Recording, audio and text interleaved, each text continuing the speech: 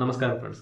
കൊല്ലം തേവലക്കരയിലെ boys സ്കൂളിൽ ഇന്നലെ ഒരു കുട്ടിയുടെ അതിദയനീയമായിട്ടുള്ള മരണത്തിനിടയാക്കിയ ആ ഒരു വലിയ ദുരന്തം നമ്മളെല്ലാവരെയും കണ്ണീരിലാഴ്ത്തി. നമ്മളെല്ലാവരെയും അക്ഷരാർത്ഥത്തിൽ കണ്ണീരിലാഴ്ത്തിയ ആ ദുരന്തം ഉണ്ടായത് ചിലരുടെയൊക്കെ പിഴവുകൾ കൊണ്ടാണെന്ന് തിരിച്ചറിയുന്ന ഓരോ മലയാളിക്കും അതിനെതിരെ പ്രതികരിക്കാതിരിക്കാൻ സാധിക്കില്ല. അതിനെതിരെ രണ്ടു വാക്ക് സംസാരിക്കാതിരിക്കാൻ സാധിക്കില്ല. ആരായാലും ചിന്തിച്ചു പോകും അതിനെതിരായിട്ട്. വളരെ സങ്കടത്തോടെ മാത്രമേ ഈ ഒരു വിഷയത്തെപ്പറ്റി ചിന്തിക്കാനോ സംസാരിക്കാനോ ഒക്കെ പറ്റുള്ളൂ. രാവിലെ അച്ഛൻ്റെ കൈയും പിടിച്ച് ചിരിച്ചു കളിച്ച് വർത്താനവും പറഞ്ഞ് സ്കൂളിലേക്ക് വന്നതാണ് മിഥുൻ എന്ന പേരുള്ള 13 വയസ്സുള്ള ഒരു കൊച്ചുകുട്ടി.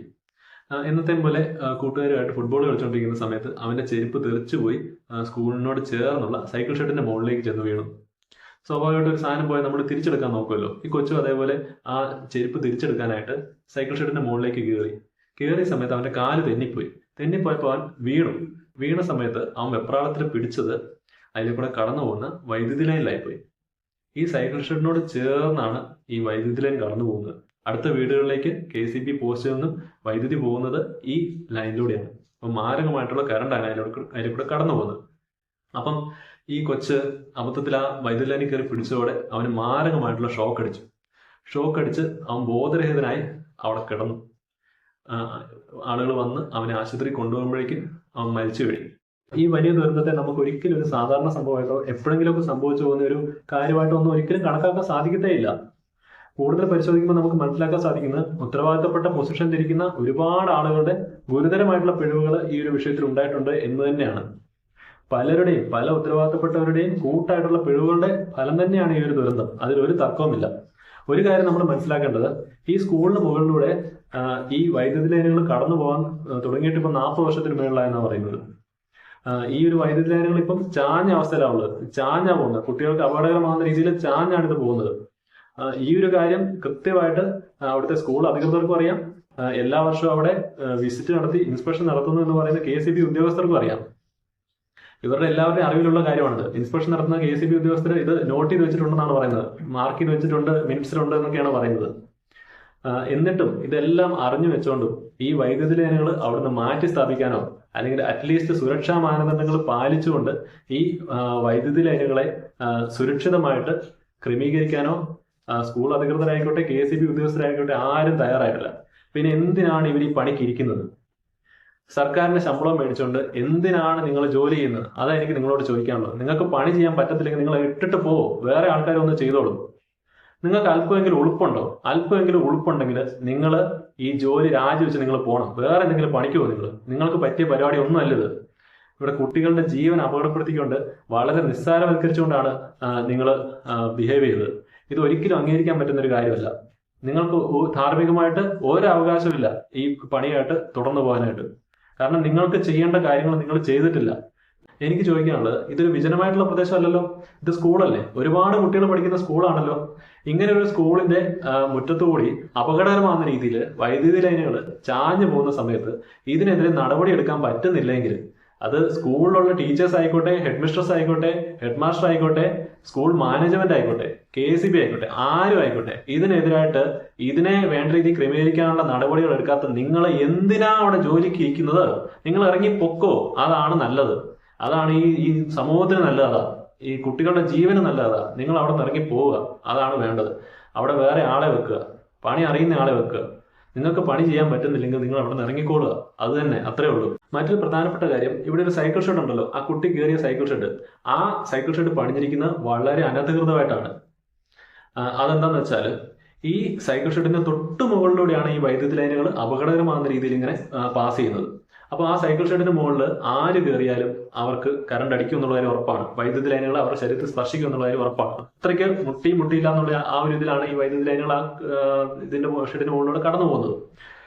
അപ്പം ദുരന്ത നിവാരണ അതോറിറ്റിയുടെ നിർദ്ദേശം അനുസരിച്ച് വൈദ്യുതി ലൈനുകൾ കടന്നു പോകുന്നതിന് 2.5 മീറ്റർ എങ്കിലും ഗ്യാപ്പ് ഉണ്ടെങ്കിൽ മാത്രമേ താഴെ ഒരു ഷെഡ് ആയിക്കോട്ടെ ഒരു നിർമ്മാണം നടത്താവുള്ളൂ. അങ്ങനെയാണ് പറയുന്നത്. പക്ഷെ ഇവിടെ 2.5 മീറ്ററിന്റെ ആ ഒരു ഗ്യാപ്പ് കൊടുത്തിട്ടില്ല. 1.7 മീറ്ററിന്റെ ഗ്യാപ്പ് മാത്രമേ ഉള്ളൂ ഈ ഒരു നിർമ്മിതി അതേപോലെ ആ വൈദ്യുതി ലൈനുകളുമായിട്ട്. അത് തന്നെ വളരെ ഗുരുതരമായിട്ടുള്ള അവസ്ഥയാണ്. ഇത് ആരും ശ്രദ്ധിച്ചിട്ടില്ല. അവിടെ എല്ലാ വർഷവും ഇൻസ്പെക്ഷൻ നടത്തുന്ന പറയുന്ന KCBയുടെ ആൾക്കാർ ശ്രദ്ധിച്ചിട്ടില്ല, സ്കൂൾ അധികൃതർ ശ്രദ്ധിച്ചിട്ടില്ല, ആരും ശ്രദ്ധിച്ചിട്ടില്ല. ഈ നിർമ്മാണം വളരെ അനധികൃതമായിട്ടാണ് പണിഞ്ഞിരിക്കുന്നത്. പിന്നെ വേറൊരു വളരെ ഗുരുതരമായിട്ടുള്ള കാര്യം സ്കൂൾ അധികൃതരുടെ ഭാഗത്തുനിന്നുണ്ടായത് എന്താണെന്ന് വെച്ചാൽ കുട്ടികൾ സ്കൂളിൽ കയറിയിട്ട് അവരുടെ ക്ലാസ് റൂമിൽ കൂടെ കയറി അവർക്ക് വളരെ പെട്ടെന്ന് ഈ ഒരു ഷെഡിലേക്ക് കടക്കാൻ പറ്റും. ആ ഒരു സ്ഥിതിയാണുള്ളത്. അതായത് അവിടെ ജനലുകളൊന്നും മര്യാദക്കില്ല. സ്കൂളിന്റെ അവസ്ഥയും ശോചനീയമാണ്. മര്യാദയ്ക്ക് ജനലുകളൊന്നും ഇല്ലാത്തതുകൊണ്ട് ജനൽപ്പാളി മാറ്റിയിട്ട് കുട്ടികൾക്ക് അവരുടെ ക്ലാസ് റൂമിൽ ബെഞ്ച് ഇട്ടിട്ട് ബെഞ്ചിന്റെ മുകളിൽ കയറിയിട്ട് ഈ ഒരു ഷെഡിലേക്ക് കടക്കാൻ പറ്റുന്ന അവസ്ഥയാണുള്ളത്. അപ്പം ഇവർ സ്ഥിരമായിട്ട് ഈ കുട്ടികൾ അങ്ങനെ കയറുന്നുണ്ടാവുമല്ലോ. അതുകൊണ്ടാണല്ലോ ഈ കുട്ടി പെട്ടെന്ന് തന്നെ പോയിട്ട് അങ്ങനെ ചെയ്ത് അതിന്റെ മുകളിലേക്ക് കയറിയത്. അപ്പം ഇത് സ്ഥിരം കുട്ടികൾ ചെയ്യുന്ന ഒരു പരിപാടിയാണ്. അപ്പം കുട്ടികൾ ഇങ്ങനെ സ്ഥിരമായിട്ട് ഇങ്ങനെ ഒരു കാര്യം ചെയ്തിട്ടും ആ അധ്യാപകര് ഇത് മനസ്സിലാക്കിയില്ല എന്നുള്ളത് ഒരിക്കലും വിശ്വസിക്കാൻ പറ്റത്തില്ല. ആ അധ്യാപകർക്ക് ഇത് അറിയുന്നുണ്ടാവണം. ഈ കുട്ടികൾ ക്ലാസ് റൂമിൽ ബെഞ്ചിട്ട് അതിന്റെ മുകളിലേക്ക് കയറുന്നുണ്ട്, ഷെഡിന്റെ മുകളിലേക്ക് കയറാറുണ്ട് എന്നുള്ള കാര്യം അധ്യാപകർക്ക് തീർച്ചയായിട്ടും അറിവുണ്ടായിരിക്കണം. അങ്ങനെ അറിഞ്ഞു വെച്ചുകൊണ്ടും ഇവര് അങ്ങനെ ഒരു കാര്യം ചെയ്യാതിരിക്കാനായിട്ട് ഒന്നും ചെയ്തില്ല. പ്രത്യേകിച്ചും വൈദ്യുതി ലൈനുകൾ കടന്നു പോകുന്ന ഒരു സ്ഥലമാണത്. അപ്പൊ അങ്ങനെയുള്ളിടത്തേക്ക് ഒരിക്കലും കുട്ടികൾ കടന്നു പോകരുത് എന്ന് വിചാരിച്ചുകൊണ്ട് ആ ക്ലാസ് റൂമുകൾ കൃത്യമായിട്ട് അവര് ജനൽ വെച്ചൊന്നും അടച്ചിട്ടില്ല. നമുക്ക് മനസ്സിലാക്കാൻ സാധിക്കുന്നത് ഈ കുട്ടികൾക്ക് അവരുടെ ക്ലാസ് റൂം വഴി വളരെ എളുപ്പം ഈ ജനൽപ്പാളികൾ മാറ്റിയിട്ട് ഈ ഷെഡിന്റെ മുകളിലേക്ക് കയറാൻ പറ്റുന്ന ഒരു സ്ഥിതിയാണുള്ളത് എന്നുള്ളതാണ്. അപ്പം എല്ലാ കുട്ടികളും ഇത് ചെയ്യുന്നതായിരിക്കണം. അതുകൊണ്ടാണല്ലോ ആ കുട്ടി പെട്ടെന്ന് ഓടിപ്പോയി ഇങ്ങനെ ഒരു കാര്യം ചെയ്തത്. അപ്പം കുട്ടികൾ ചെയ്യുന്ന കാര്യമാകുമ്പോൾ ഇത് അധ്യാപകർക്കും അറിവുള്ളതായിരിക്കണം, സ്കൂൾ മാനേജ്മെന്റിനും ഒക്കെ അറിവുള്ളതായിരിക്കണം.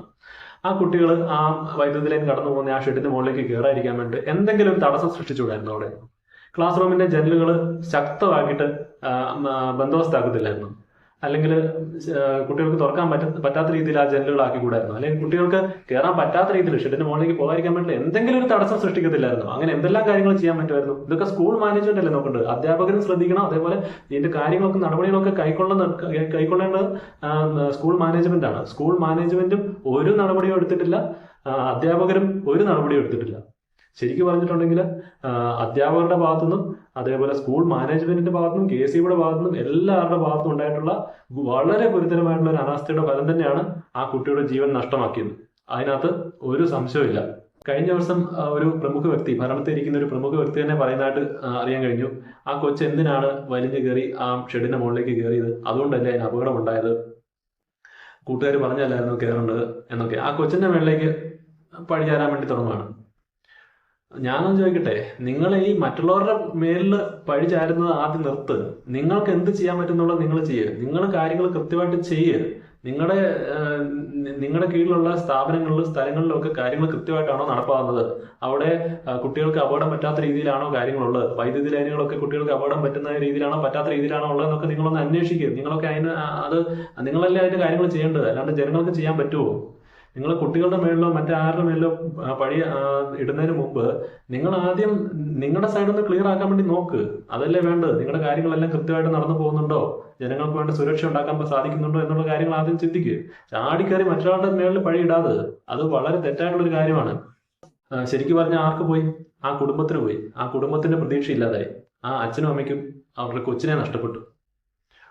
ഒരു വലിയ ജീവൻ നഷ്ടപ്പെട്ടു. ഒരു വിലപ്പെട്ട ജീവൻ നഷ്ടപ്പെട്ടു. അല്ലാതെ ആർക്കെന്ത് പോയി? എല്ലാവർക്കും അങ്ങോട്ടും ഇങ്ങോട്ടും പഴി ചാരിയാൽ മതി.